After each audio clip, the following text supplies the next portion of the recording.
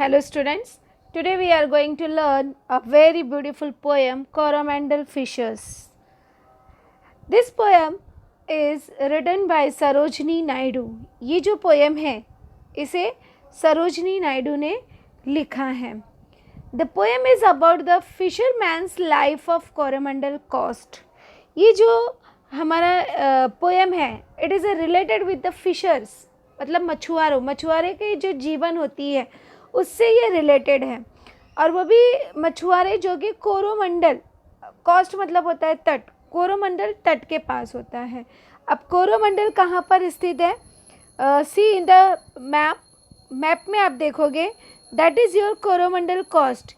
It means ये जो हमारा साउदर्न पार्ट है, southern and eastern part, right, ये जो हमारा साउदर्न ईस्टर्न पार्ट है ये हमारा कोरोमंडल तट कहलाता है.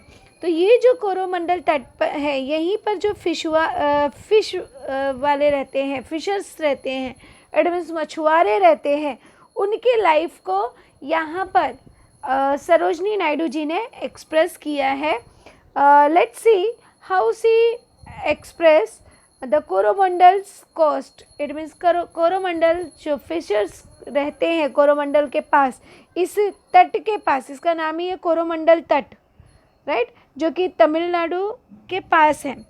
तो ये जो कोरोमंडल तट है यहाँ पर फिशर्स किस तरह से हार्ड वर्क करते हैं and how they survive their life, और किस तरह से वो अपने जीवन को जीते हैं उसके बारे में हम लोग इस पोएम में देखेंगे. Let's see this poem. Rise, brother, rise, the wakening skies spray to the morning light. The wind lies asleep in the arms of the dawn, like a child that has cried all night. Here, the Sarojini Naidu, इसमें जो है सरोजनी नायडू जी कहती है rise brother rise. It means उठो भाइयों उठो. The wakening skies pray to the morning light. The wakening skies it means क्या है कि आकाश में जो सूर्योदय के समय जो उजाला होता है उसे कहा जाता है वेकनिंग स्काइज. इट मीन्स आकाश में उजाला हो चुका है and pray to the morning light. और वो क्या कर रहा है? प्रे कर रहा है कि चारों तरफ यहाँ पर उजाला ही उजाला दिखाई दे रहा है. The wind lies A sleep. जो जोरदार हवाएं चल रही थी, विंड मतलब हवा, जो हवा चल रही थी वो सो गई है. In the arms of the down like a child that has cried all night. जैसे एक बच्चा रात भर अगर रोता है तो अपनी माँ की गोद में एकदम चुपचाप सो जाता है, उसी तरह से जो समुद्र तट के किनारे जो रात भर हवाएं चल रही थी जोरों शोरों से, वो एकदम शांत हो चुकी है. See here we can ask the question like make the rhyming word light night. light का हमको rhyming word क्या मिला? night. light night. See here we can ask the question like find out the word, find out the line which refers to the early morning. जो कि early morning से संबंधित है वैसी लाइन फाइंड आउट करो. तो ये जो फर्स्ट लाइन है rise brother rise the wakening sky prays to the morning light. It means this line express us early morning. ये जो लाइन है हमको अर्ली मॉर्निंग एक्सप्रेस कर रहा है. It means it indicate the morning time. ये जो है हमको मॉर्निंग टाइम के बारे में बता रहा है. Let's see ahead. Come let us gather our nets free from the shore and set out a catamaran's free. Come it means आओ. they call us कि चलो अभी चलो. सभी लोग, सभी मछुआरों को वो गैदर करती है. let us gather. gather it means इकट्ठा होना. चलो हम सभी क्या करें? let us gather our nets. हम लोग अपने नेट को इकट्ठा करें जो उन्होंने यहाँ पर फैलाया था. देख रहे हो यहाँ पर नेट को उन्होंने फैलाया था. तो यहाँ पे वो कहते हैं कि come let us gather our net from the shore. Shore it means समुद्र. शोर मतलब समुद्र की. समुद्र में जो हमने अपने नेट को फैलाया है, जाल को फैलाया है, क्योंकि मछली को पकड़ने के लिए fisherman he use the net. वो नेट का यूज़ करता है। तो ही सेड दैट कि चलो अभी सब लोग क्या करें हम लोग कि जो समुद्र में हम लोगों ने जो अपने नेट स्प्रेड किया है, फैलाया है, and set out कैट्रामन्स free.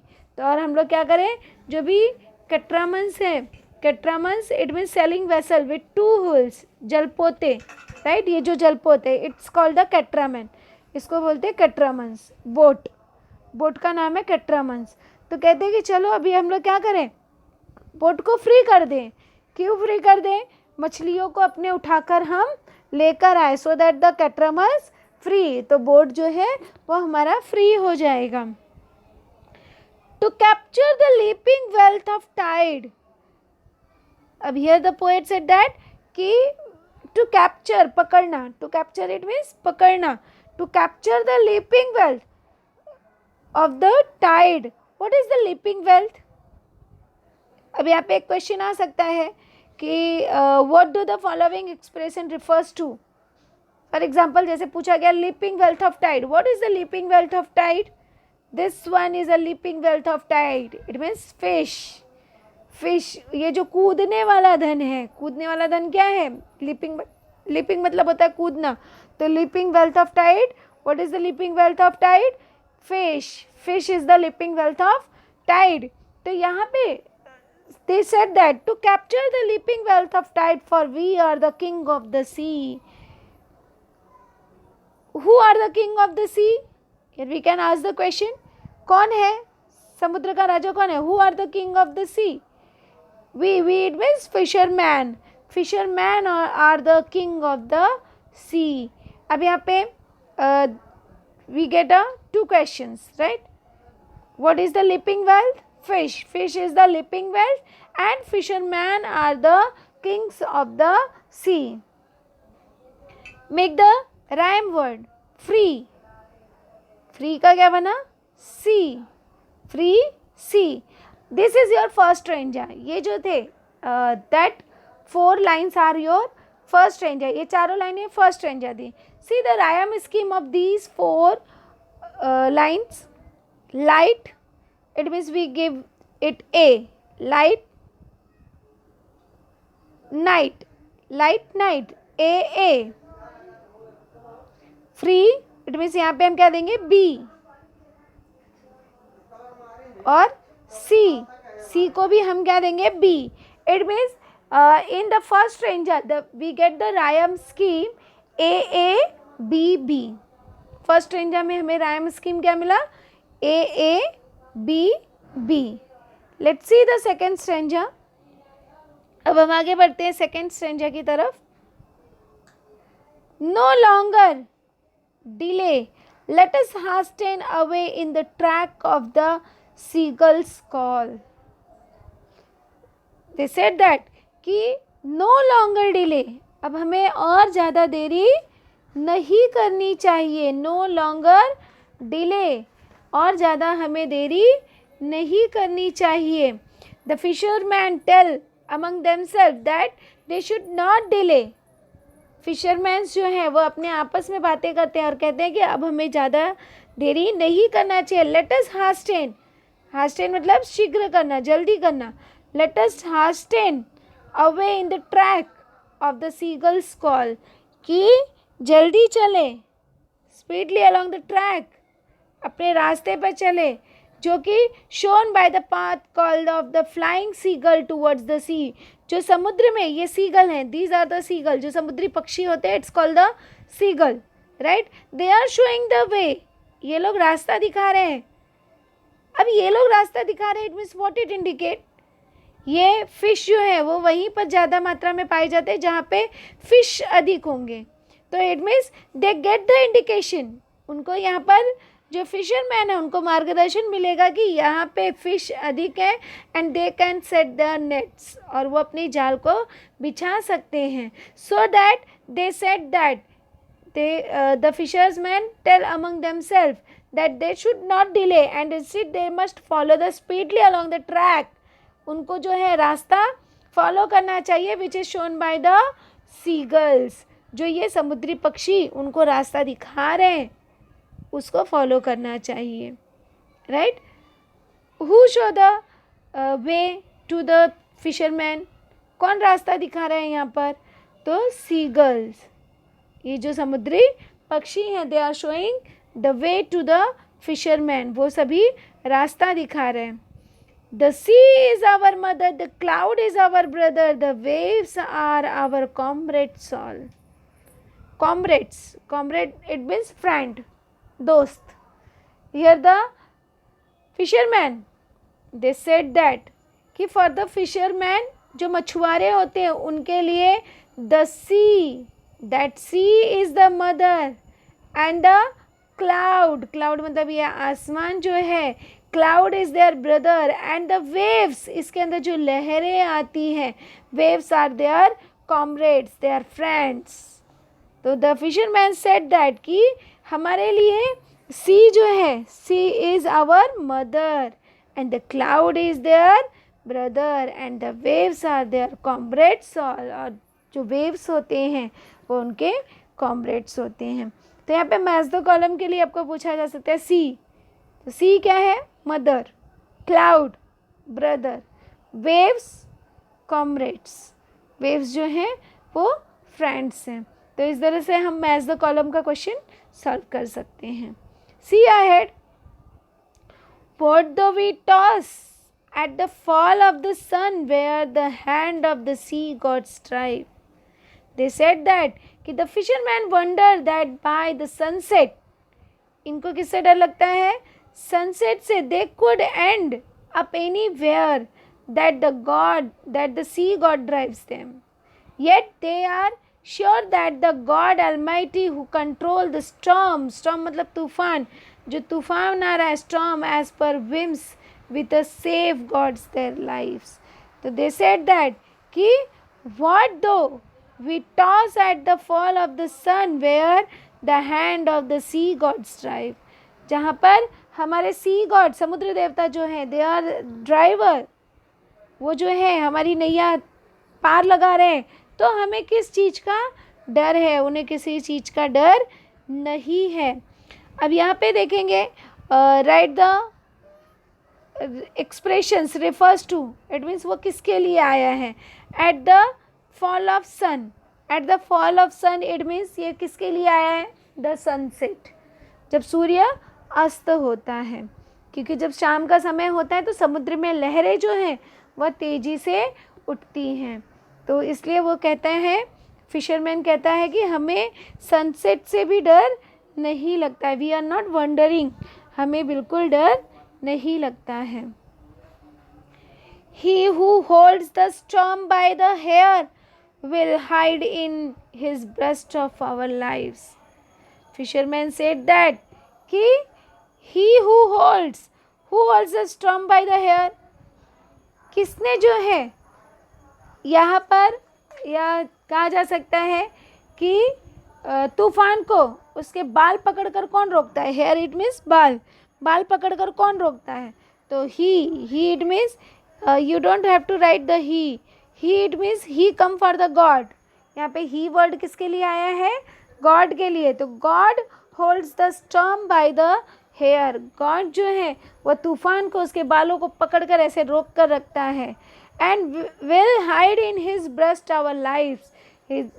Fisherman said that कि उनके जीवन को जो है वो जो गॉड है, समुद्र देवता है, ही हाइड्स, वो छुपा कर रखते हैं अपने हृदय में, अपनी छाती से लगाकर उनके मछुआरों के जीवन को सेफ रखते हैं.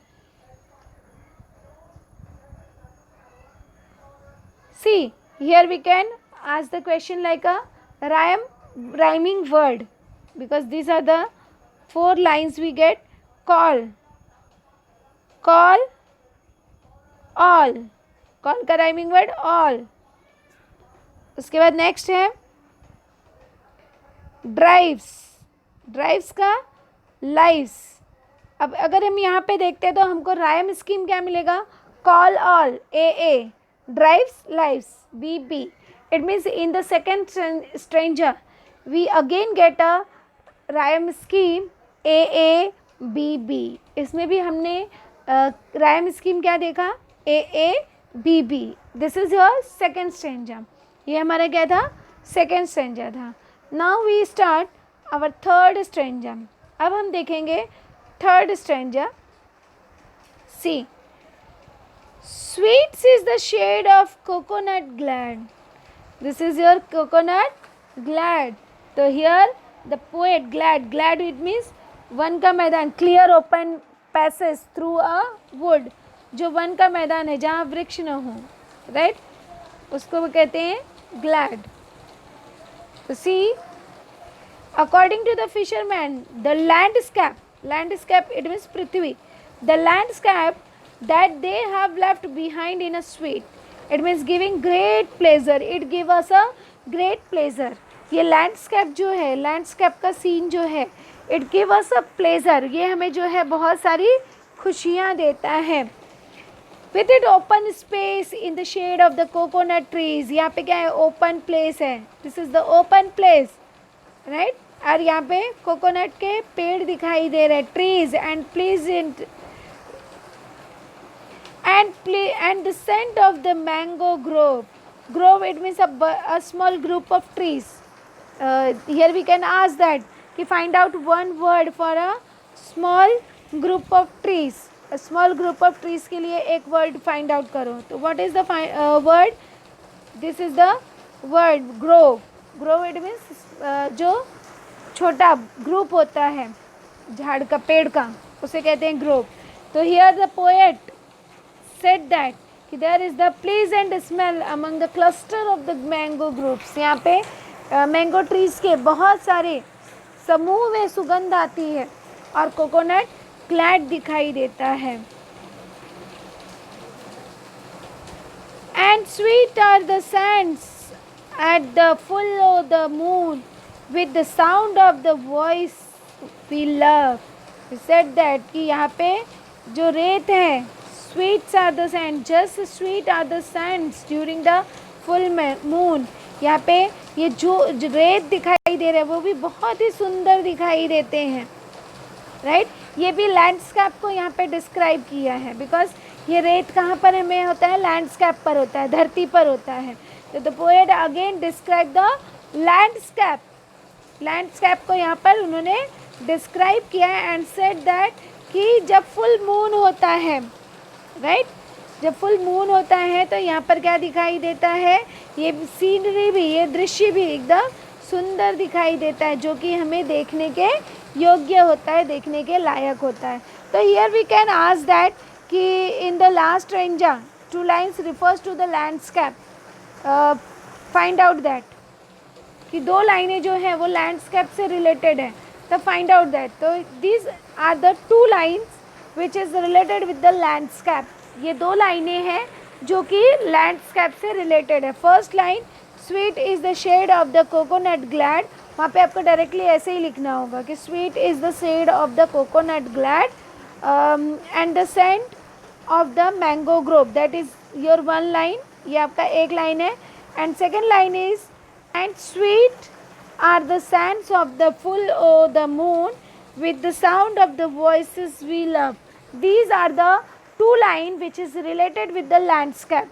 ये 2 लाइनें हैं पोयम में जो कि लैंडस्केप से रिलेटेड हैं. See ahead, अब हम आगे देखते हैं. But sweeter, oh brother, the kiss of the spray and the dance of the wild forms glee.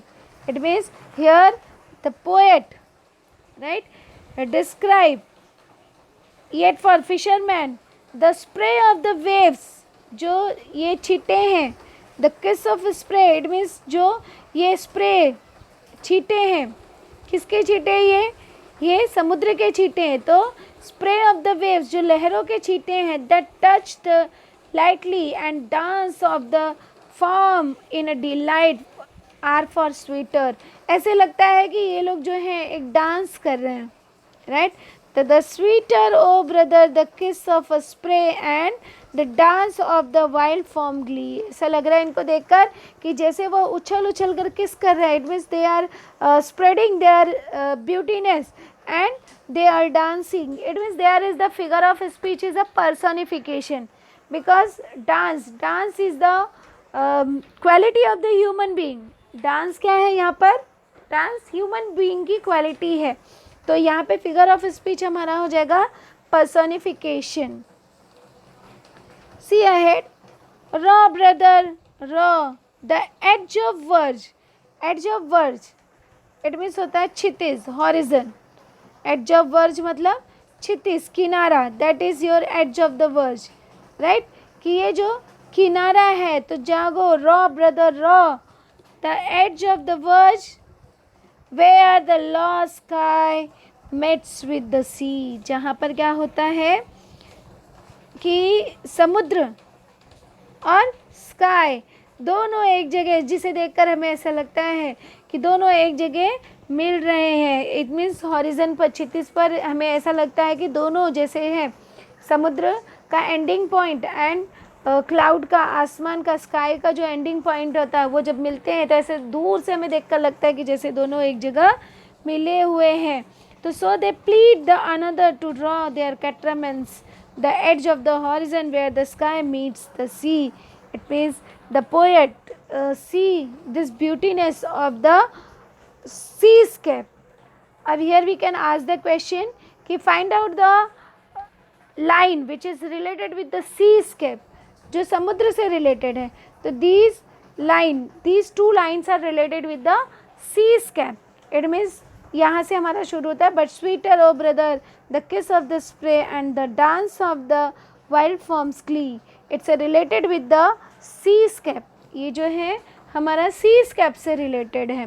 And this line, raw brother raw, the edge of the verge where the low sky meets with the sea.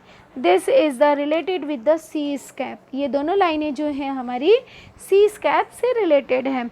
Here we get a third stanza. यहाँ पर हमारा third stanza complete होगा। We can ask the question, how many stanzas are there in the poem? इस poem में कितने स्ट्रेंजास हैं? तो there are the 3 स्ट्रेंजास, यहाँ पर 3 स्ट्रेंजा हैं। We can ask the question, how many lines are there in the poem? How many lines are the poem? तो in a 1 stanza there is the 4 lines, तो 3 stanza there are the 12 lines in the poem. Again we can say that make the rhyme scheme of it, a rhyming word. The glee, glee it means A.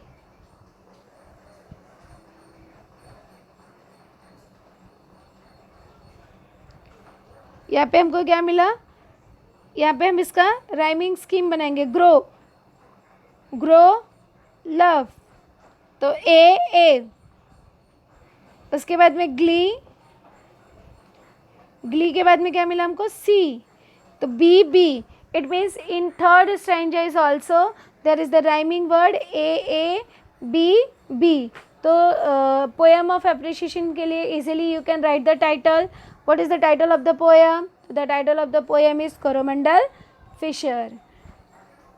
Poet, the poem is written by the Sarojini Naidu. Rhyme scheme, easily you can write A, B. Figure of speech, there is the simile and personification. These are the figure of speech is there. And central idea, that in this poem, the theme of the poem is the when human beings come together for a common purpose. It means किसी भी हम एक निश्चित उद्देश्य से अगर कोई काम करते हैं तो no force or no one can block our way. हमारा कोई भी रास्ता रोक नहीं सकता है. So that we have to take a risk in our life and go ahead. अपने जीवन में हमें क्या करना चाहिए? रिस्क लेना चाहिए और आगे बढ़ना चाहिए. No gain, no pain, no gain. जब तक हम पेन नहीं लेंगे, कोई दर्द नहीं होगा, उसके बिना हमें कुछ प्राप्त नहीं होता है. तो in the life we have to face so many difficulties and go ahead and achieve our goal. This is the message of the poem.